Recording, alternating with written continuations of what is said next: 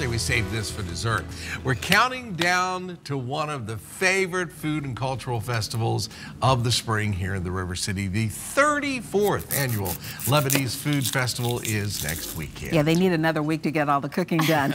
From the festival, Sandra Joseph Brown is here to show us how to make a traditional Lebanese dish, one of my favorites actually, Lebanese green beans or lubia. Hi, Sandra. Good morning, Cheryl. They let you out of the kitchen to come to but I go as soon as I leave here, trust me. They let her out and she comes over here and cooks. So, you know, you and I were talking before we came on, and I saw that you had vegetarian lubia, and I'm going, it's green beans and tomatoes.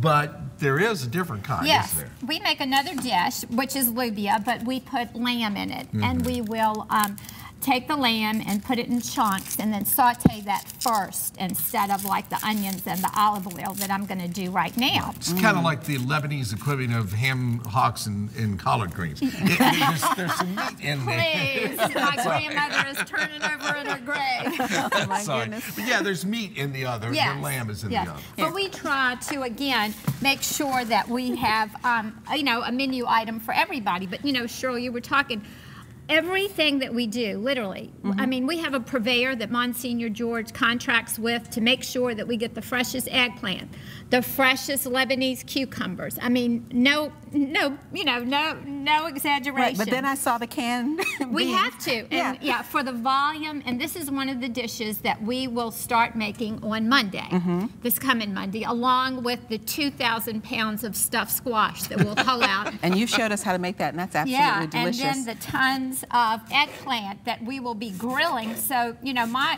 thought is when you're planning to come to the festival, all you need to do on Broad Street or Knuckles Road is roll down the window. Follow the smell. Smell the aroma. That's what I do. I always forget how to get there, and I'm like, wait, there it is over there. I can For the smell it. sauteed green beans, what I've done is, and I love the new kitchen. Thank you. I have taken olive oil, and you can use any oil, but the recipe is the recipe we use. I've added 1/4 of a cup, and just to tease everybody, I have started sauteing some onions and garlic already. I was going to say follow the smell. Yeah. They'll end up here this morning because we got onions and garlic and going what already. is any better? Yeah. Do we want those just to translucency? Yes, you want those caramelized, and the term is translucent. Very good. And then we're going to take garlic, and again, we say about a clove, but it's to taste. And then you're going to take the garlic, and if you don't use fresh garlic, you can use powdered garlic or garlic salt, and we are going to just let that caramelize. And while that is caramelizing, I am going to take our string beans, and we're going to open those up. And actually, I'm going to cheat. I've got a pop-top can here. There you go. That works. I'm going to take that, and, you know, brand preference, it's up to you for the event. And I'm going to strain those, and then I am carefully going to take these after they're strained, and we're not washing them because we want all the nutrients in it. And again, we're going to take these and put them in here and just let them start to get hot. And while they're getting hot, I have my allspice. I got you. Thank you, sir.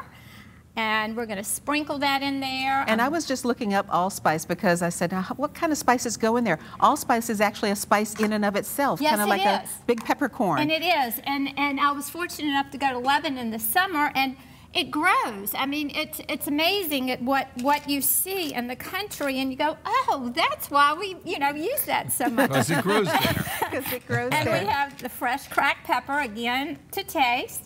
I added the salt, and we're just going to let that get hot and saute. And while that's getting hot, I am going to open up some crushed tomatoes and put those in there. Now, in the summer, we might use fresh tomatoes.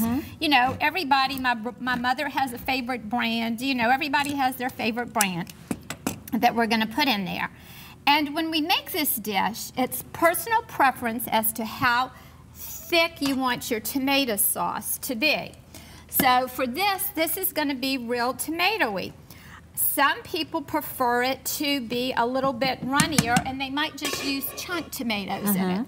But again, it's up to you. Now, of course, this is television, so you want to do the honors? I was going to get this out of your way. Thank you. Now, I'd like for it to ruin my outfit so I can go buy another one. And then this is the dish ready. Oh, voila. And it smells fabulous. Oh, doesn't it? I know. And smell-o-vision, please, take a deep breath. That's fantastic. Now, how many gallons of this are you guys going to make for the festival? Exactly. When we say this, we will probably make 60 to 75-gallon buckets Wow. full of lubia.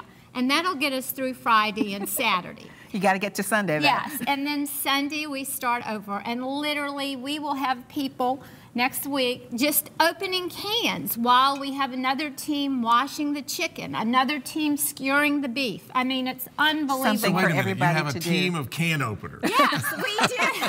That works. And I was looking at the food that you brought, and I said, that's something new. I don't recognize that. And Well, you said, well, that is new. Well, it is, and I want you to know I made this ashta this morning. And You made this what? Ashta. And what that is that is sweet cream with sugar. And you whip it up. And I was a little afraid that it wouldn't hold, but I stuck it in the freezer so Beautiful. it works. And then when we make this katayef, and I call it a Lebanese crepe, but what it is an open-faced, very thin pancake on a griddle. We make it on site. And then one of them is filled with a walnut and sugar filling. The other one we fill with mozzarella cheese and deep fry it for a second. And then the third one is filled with ashta, and that cream just oozes out. That's beautiful. And wait, because then just so we make sure you have enough calories in it, we make our own syrup. Oh my and gosh. this is with maza'a.